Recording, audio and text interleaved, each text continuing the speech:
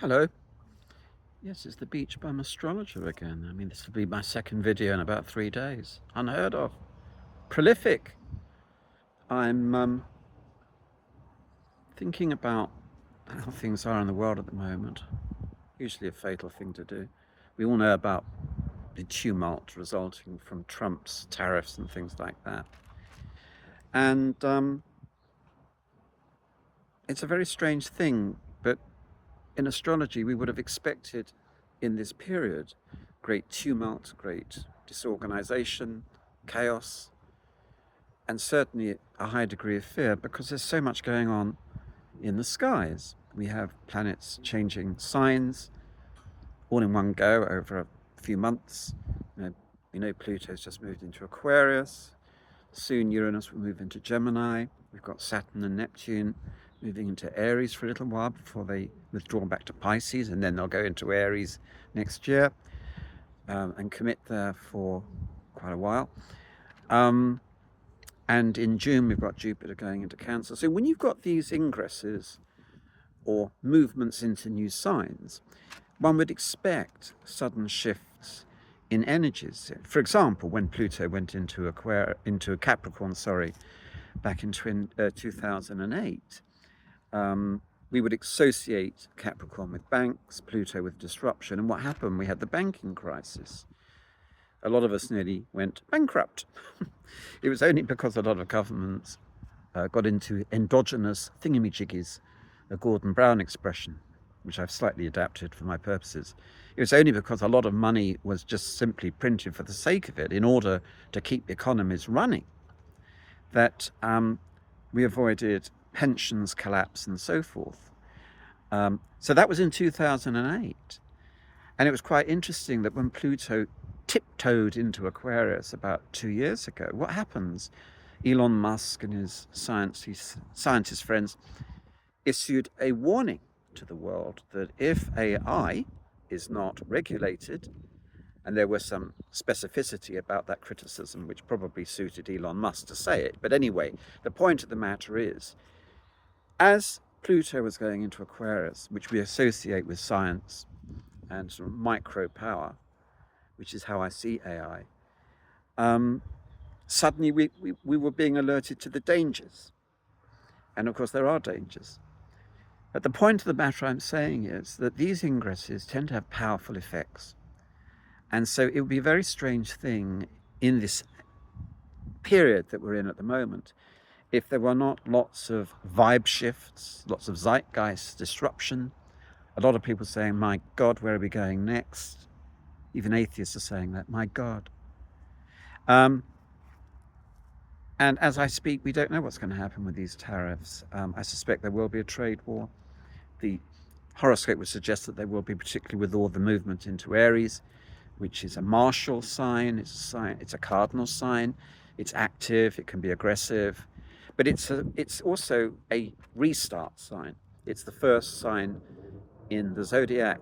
So anything Aries is going to have an impulsive, sometimes violent or aggressive energy, but its central point is that it starts things.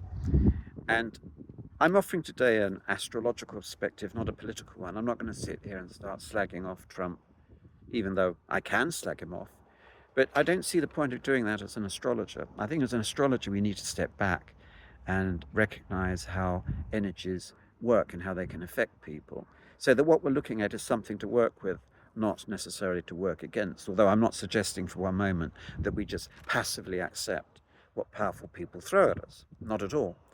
But I believe anything, including AI, even though it's perhaps the most dangerous and exciting technology that we've ever faced in our species, in our history as a species, even that, if we understand that it's a tool, we can somehow control that energy. Although I do recognize that it's a technology that's going to grow and grow, become more refined, more sophisticated. I mean, we used to think about what will happen in 2040, 2050. We don't have to think like that now.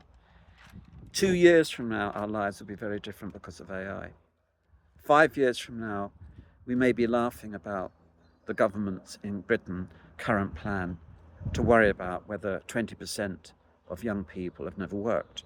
We may have to get used to the idea of not working in the conventional sense anymore because AI has taken up so much work. This is something that governments, including the British government, is pretending is not an issue at the moment. And they're just sort of thinking, no, no, keep my eyes shut.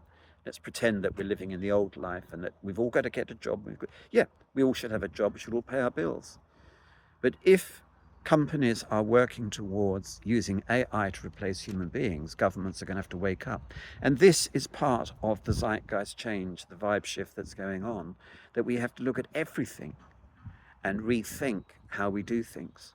So we have to get away from the nonsense that it's all going to be done the old way. You know, do I know what's going to happen in the future? I haven't got a clue. But I have a sense of the energies. And people who are sitting there telling you that this is going to happen, that's going to happen by October, are basically making it up. They don't know themselves. You can look at horoscopes. You can say that this and that's going to happen. But it's much better to look at the kind of energies we're dealing with. And the energies are tending towards freshness. So we've got Pisces and Aquarius. The interesting one is Uranus going into Gemini. It's going to be there for a long time. And that's almost like a kind of shadow of the Pluto and Aquarius transit, in the sense that we're dealing with two air signs, both related in some ways to communication and to the interlinking of things. And the internet is the obvious example for that, the Aquarius energy. But to have Uranus, which is the modern rule of Aquarius going into Gemini, also affects, as Gemini, communications, data sharing, teaching, you name it. Those are the sort of areas we're covering under Gemini. Go and Google it, see what Gemini stands for. So we have these very powerful transits completely changing the way we talk to each other, the way we share information and convey information. And it started already, but it's going to get big, big, big, much bigger than it is at the moment. That is the direction of travel. So far as Britain is concerned, I looked at the Aries ingress chart. Aries enters, the sun enters Aries around March 2021, something like that, each year. It's a fixed thing in the tropical system. The sidereal system is different, but I'm talking tropical astrology today. And I looked at the chart for Great Britain or the United Kingdom. And so for this Aries ingress, we've got Gemini rising. That's all about communication. It's a fast-moving sign. It's not looking too bad, actually, funnily enough. The great focus of that chart is on the 7th and the 11th houses. And the 7th house has to do with the overseas, in a sense. And the 11th house has a lot to do with trade deals and diplomatic efforts and things like that. And broadly speaking, it's not a bad looking chart. We've got the sun in the 6th house, I think, and that I think is in Sagittarius, yeah. So there's going to be a great focus on changing the NHS. We know that already, actually, but it's interesting to see it reflected in the chart. And overall, I think if I'm going to extrapolate a bit and do what I don't normally do, which is to make a prediction, I think that Starmer will get the better of Trump. Maybe not perfectly, but I don't think we're going to be hit too hard by the tariff thing. It will change things, though. But if we roll with it, we may actually get benefits that we can't see at the moment. It's different for Japan, though, and I say Japan because I recently gave a talk to an astrology group in Japan, the Tokyo Astrology Group, actually. And the Aries ingress chart for them is different. It's got Libra rising. Venus is opposing on the descendant. It's in its detriment. In fact, Venus is always in its detriment, even in our chart, for the ingress chart, because it's using the same positions of the planets, but in the signs, that is, but obviously they're in different parts of the chart.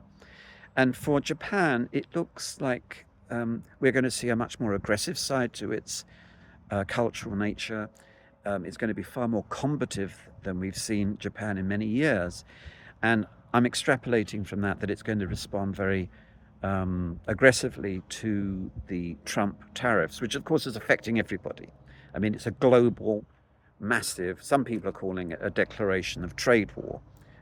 And that's how many countries are going to see it. And certainly Japan would be on my list of countries that responds combatively to Trump, and may very well join forces with other nations that wish to hit back at America. But it may also have other connotations, because it's quite an angry chart. I think it's certainly one where Japan is showing its muscle, maybe for the first time in many decades. So that's my take on what's going on at the moment. As I say, I'm focusing on astrology, not politics. A lot of people will be screaming on, but what about Trump? Isn't he the Antichrist? No, I don't think so. I can think of plenty of people who are Antichrists. He's thunderingly a headache, I'll give you that. But as things stand, as I sit here in this local pub in the garden Friday afternoon, I don't see him as the Antichrist. So there we are. You can scream at me, scream and shout, leave abusive comments. I don't care. Bye-bye. See you soon.